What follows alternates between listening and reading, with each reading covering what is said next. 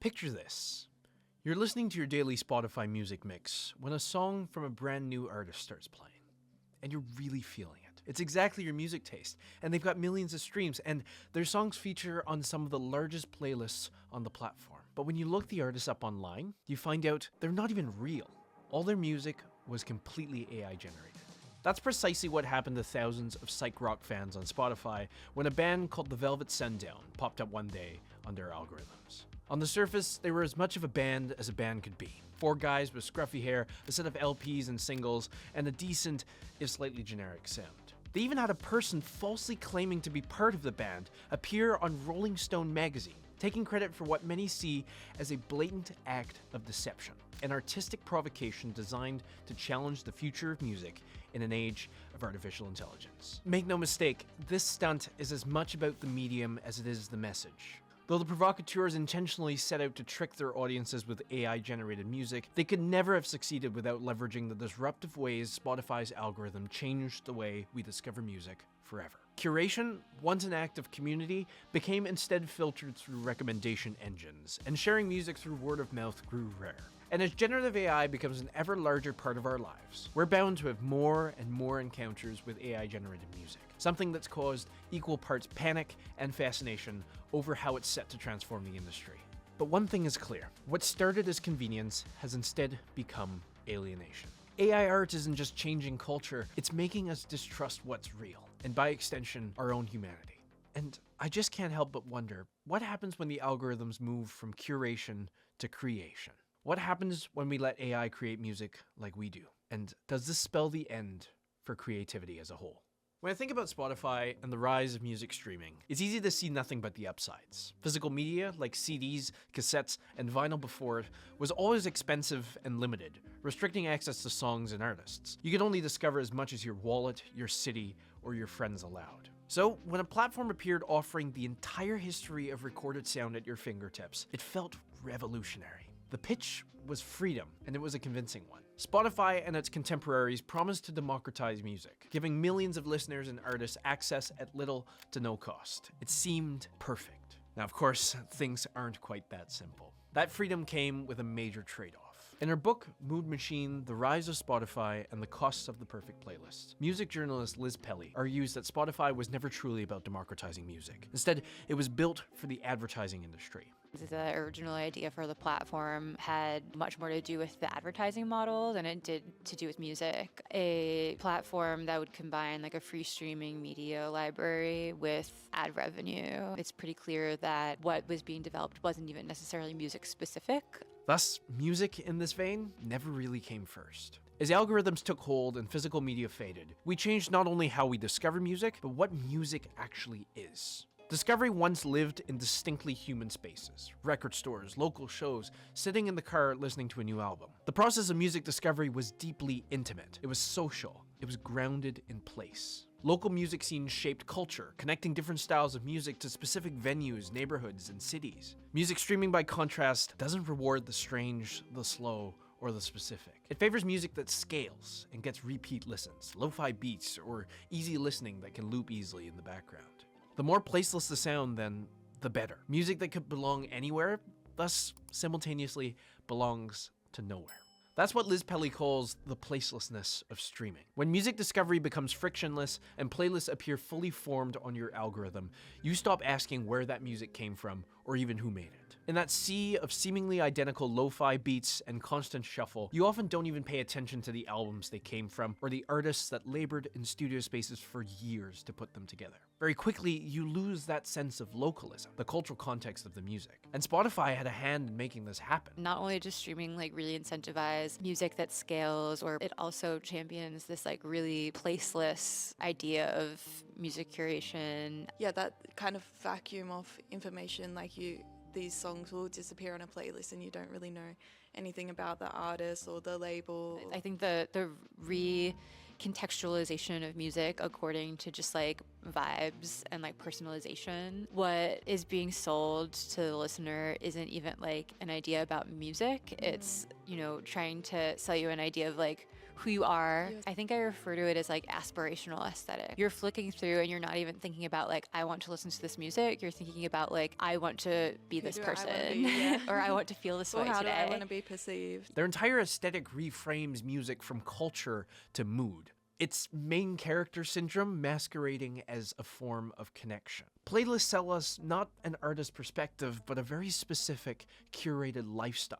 They use data about you to mimic a sense of individuality, while also flattening music taste into something frictionless, marketable, and anonymous. And when music becomes this vacuous, when we remove the human from the equation, it's not hard to see what comes next. The line between curation and creation starts to blur. Fake artists began appearing on Spotify as early as 2050. Liz Pelly calls these ghost artists because they weren't necessarily AI at this point. They're paid by streaming services and labels to fill playlist gaps. These artists signed separate deals with Spotify to produce cut and copy tracks that blended seamlessly into the endless deluge of sound. The result was music that was stripped of authenticity and originality. And now with specific generative AI models built specifically to make music, that process has gone into overdrive. Today, tens of thousands of AI-generated tracks flood these platforms every day. And when you've been conditioned to treat music as background, it hardly occurs to ask if it was made by a person at all. In that vacuum, discernment fades. Everything sounds the same because the system was designed to make it so. Frictionless, endless, placeless. And that's how we arrive at something uncanny. A music ecosystem where we can no longer know if we're hearing art or just data dressed up as sound. That there is the danger of automation. It doesn't just streamline culture, it completely sterilizes it. It removes the human from the art they make. When we stop asking who made the song or what scene it came from, we lose the very thing music was meant to offer us: connection. The move from algorithmic curation to algorithmic creation isn't progress. It's the final step in erasing the human from art. And make no mistake, once the human disappears, the next thing to vanish is trust. Because art has always been a place we go to feel something, to sense another consciousness reaching out to ours. And I just worry that when that space becomes automated, when you can no longer tell whether what you're hearing or seeing was made by a person or program, the entire fabric of meaning itself begins to fray. So yeah, we've traded real sources of community for algorithms and artificial intelligence. And look, I'm not going to sit here and fault music streaming for giving us access to this wide array of music. It's unprecedented in human history. What's undeniable is that what began as a way to discover new artists has now become a system of automated tastemaking, rightfully or wrongly. Almost everything on these platforms is curated for us now, whereas the act of curation used to be shared. When discovery shifts into algorithms, we lose the spaces where we once gathered. And I think as a result, we grow lonely. We have fewer reasons to come together, and we isolate ourselves in our little bubbles. And for a wide array of reasons, the data backs this up. In the wake of the pandemic, bars and nightclubs have closed at a record pace. Recent data on Gen Z shows that we're going out markedly less than prior generations. We've stopped partying, we've stopped growing out. We've grown less and less willing to step out into these shared spaces of appearance. When we lose these spaces of appearance, we grow more alienated, and then they sell us the solution to the problem that they created. Now look, all this talk about AI replacing art is a little bleak.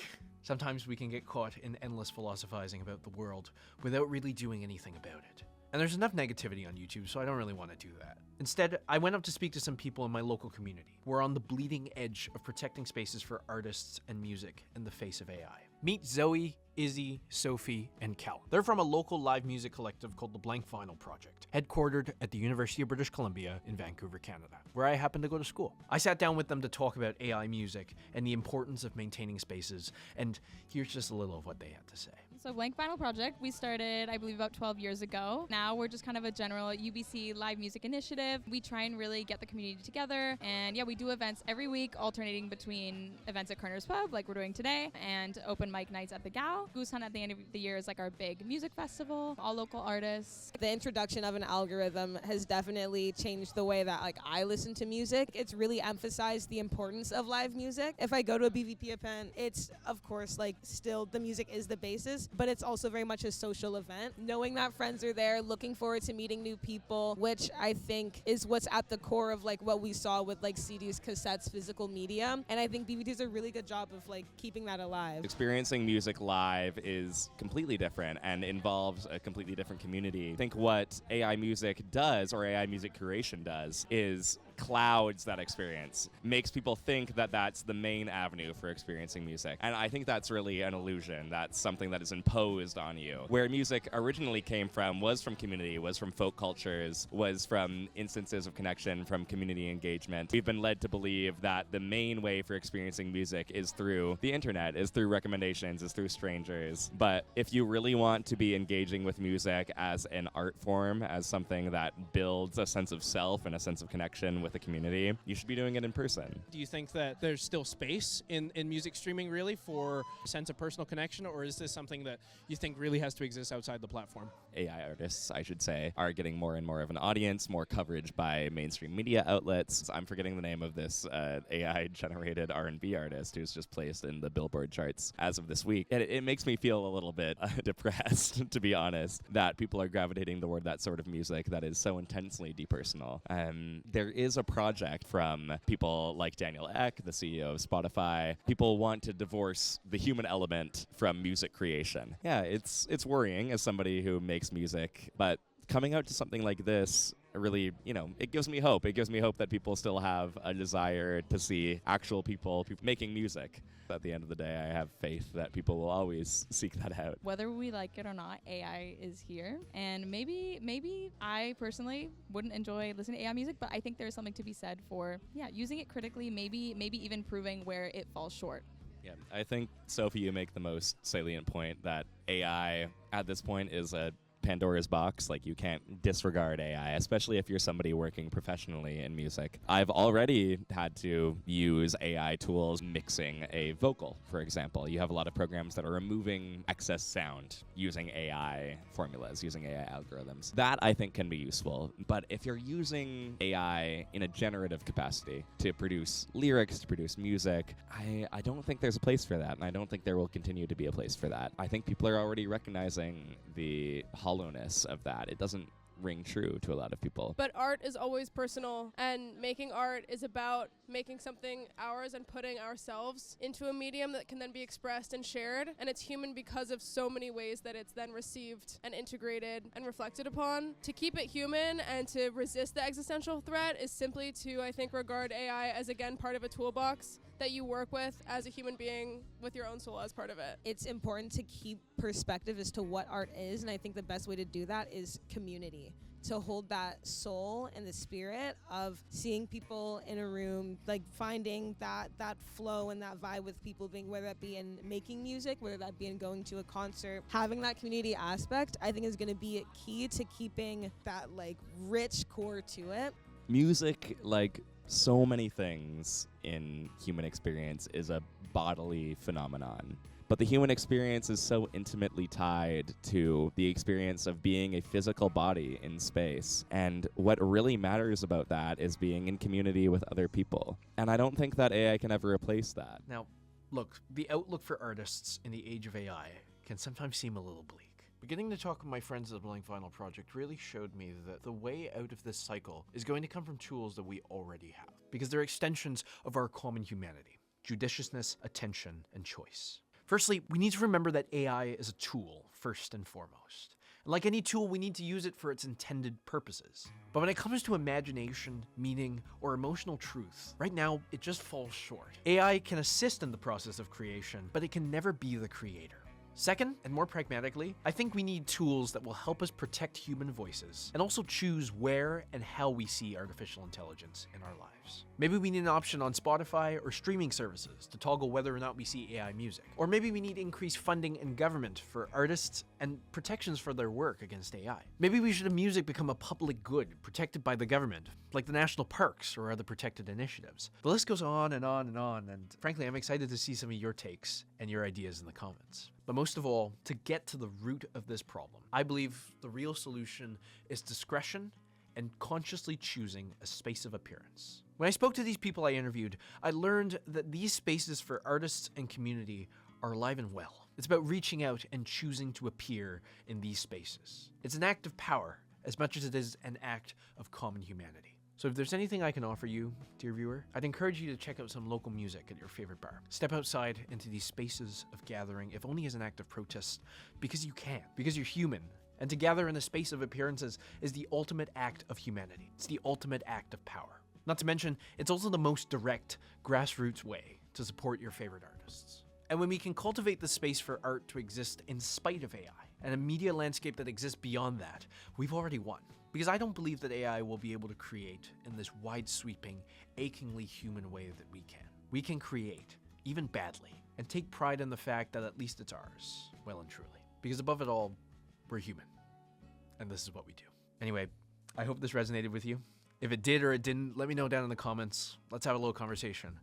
But with that out of the way, thank you so much for watching, buds. I'll see you in the next one. I also think to be human is to create, and making art and music is the fun thing about life and what we get to do. And I don't think that we would ever reach a point where we would all just be okay with not being able to do that and surrendering that to AI and automated things, you know? Like, wherever it may take us, I think there will always be this urge for humans, maybe not everyone, but I would hope most people, to create and make things. And I think that would be a pretty strong fight against, you know, this whole end of the world AI takeover that everyone's so scared of.